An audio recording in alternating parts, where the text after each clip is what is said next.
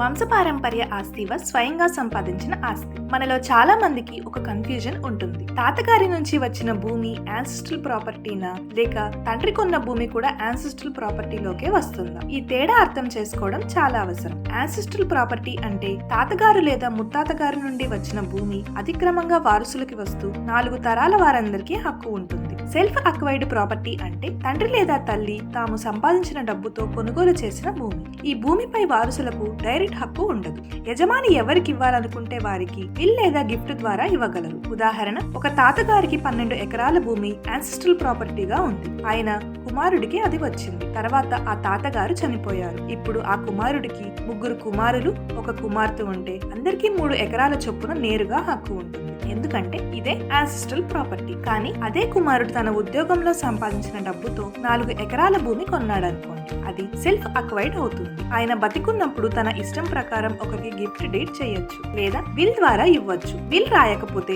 Intestate succession ప్రకారం భార్య, పిల్లలు, తల్లిదండ్రులకు మధ్య పంచబడుతుంది. హిందూ సక్సెషన్ యాక్ట్ 1956 మరియు అమెండ్మెంట్ 2005 ప్రకారం కుమార్తెలకు కూడా అబ్బాయిలతో సమాన హక్కు ఉంటుంది. ఈ ఆస్తి యాన్సిస్ట్రల్ ప్రాపర్టీనా లేదా సెల్ఫ్ అక్వైర్డ్ ప్రాపర్టీనా స్పష్టంగా తెలుసుకోవడం డిస్ప్యూట్స్ నిర్వహించడానికి చాలా ముఖ్యం. మరిన్ని వివరాల కోసం పైపట్టా ఛానల్ ని ఫాలో అవ్వండి.